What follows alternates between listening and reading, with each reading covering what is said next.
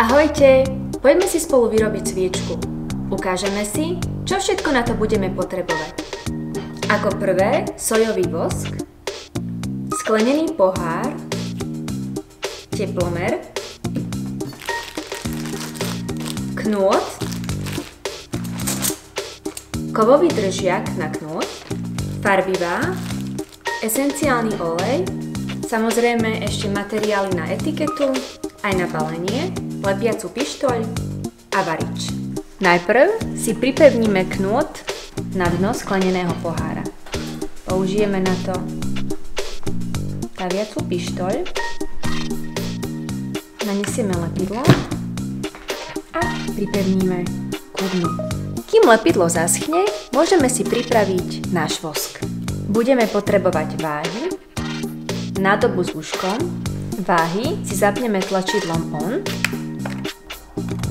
položíme nádobu s uškom. Je potrebné, aby sa nám na displeji objavila 0, čiže znovu stlačím to prvé tlačidlo. Ako vidíme, už tam máme 0, čiže môžeme pridať sojový vosk. Na jednu sviečku potrebujeme 160 g vosku. Tento vosk budeme zahrievať na variči. Ešte predtým však môžeme pridať rovno aj našu farbu. Ja som si zvolila takúto fialovú. Stačí menšie množstvo, napríklad takto. Môžeme pridať aj zo pár kvapiek esenciálneho oleja. Naozaj stačí máličko.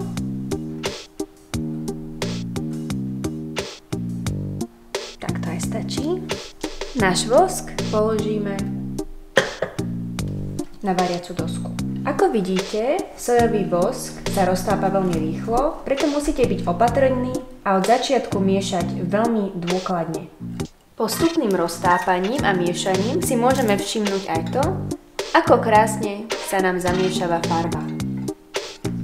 Miešame, kým sa nám vosk úplne neroztopí, ideálne kým nedosiahne teplotu 60 stupňov. Môžeme si to overiť pomocou teplomera. Ak je teplota vosku vyššia ako 60 stupňov, musíte miešať a počkať, kým znovu nedosiahne požadovanú teplotu 60 stupňov. Je dôležité, aby ste dovtedy nenalievali vosk do nádoby. Nastavíme si kovový držiak a nalejeme roztopený vosk.